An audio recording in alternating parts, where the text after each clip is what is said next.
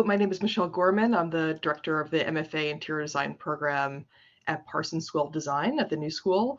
And I've been asked by Kaleidoscope to be an expert panelist. So thank you for including me.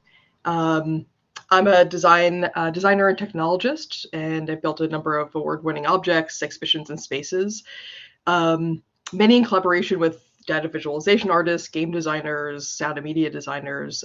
So very interdisciplinary practices that I'm involved in.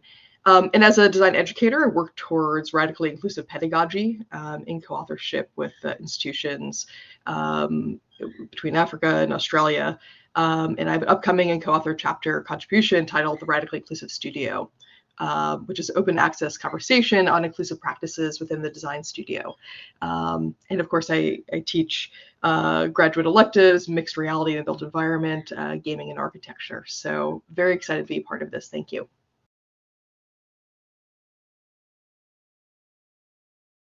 So the metaverse, as I understand it, is a rendered environment where you get to move around as an avatar, interact with objects, with the potential to buy new land, build, shop, join events and concerts through mixed reality, kind of a embodied internet. So there's incredible opportunities to challenge one's gender in the space, explore different identities, create a space of justice and care outside of the kind of rigid norms of the everyday. And so I think there's a lot of freedom and potential to play, perform, and explore.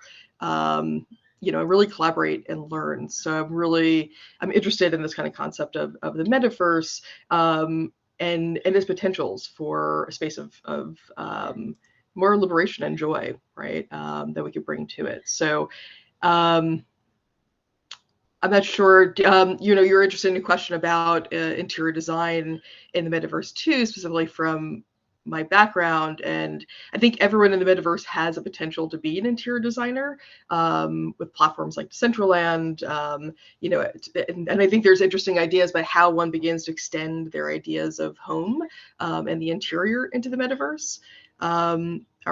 As during the pandemic, our homes have become so public, going online, letting Zoom into our interior spaces.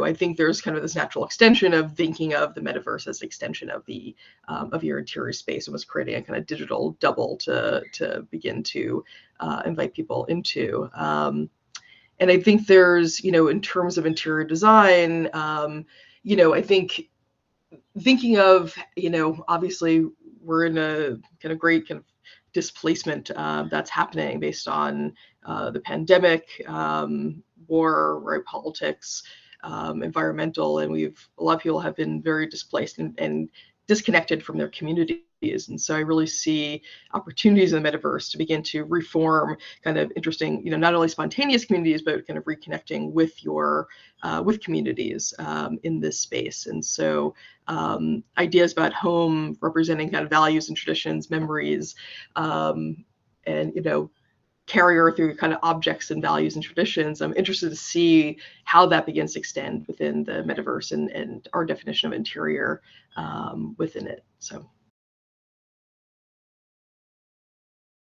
I think, during the pandemic, we've all had to find different places to take our classroom and our design studios. And I think the metaverse was a natural place to begin to reestablish a collaborative space when we couldn't actually physically be together. And so I was using a lot of platforms like Sketchfab and using mixed reality as a way to be collectively together within kind of online community within 3D space. So that's my current practice, and excited to be launching the first design studio in the metaverse coming up this semester at Parsons. So I've seen a lot of really interesting other practices too around interiors in the metaverse, and one that comes to mind is the Obsidian Virtual Concept House. I don't know if you're familiar with that, but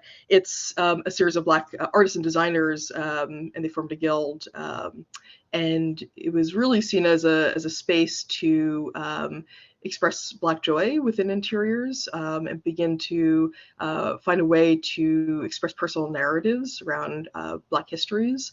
And what's really beautiful about this is, it was open space, and obviously it was in 2021 during the pandemic, but it wasn't only a space to begin to sell, objects and connect with the designers, but also a space to have critical conversations around justice within design, and talk about the need to have more diversity within the design community. So I'm really interested in seeing the kind of the interesting projects that are emerging in the metaverse.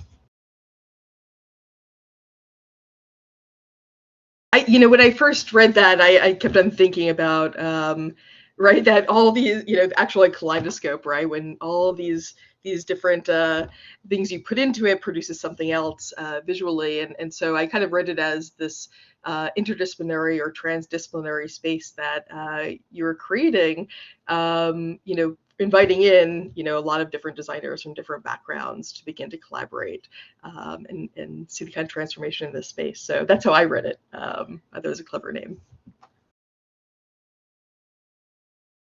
Yeah, I think, don't see this as just a space to upload 3D digital work and hope for interaction, but really see this as a new way to create social interaction between communities, right? I think is really interesting. See this as a space to that gives a sense of belonging, right, and not just kind of wandering and inclusion.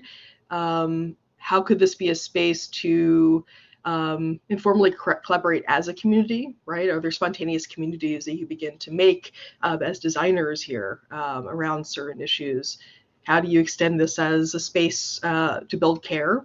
I think that's really important. And as a space to informally produce and exchange knowledge, I think that's incredibly important. So there's a lot of potential here for you, and looking forward to seeing the results.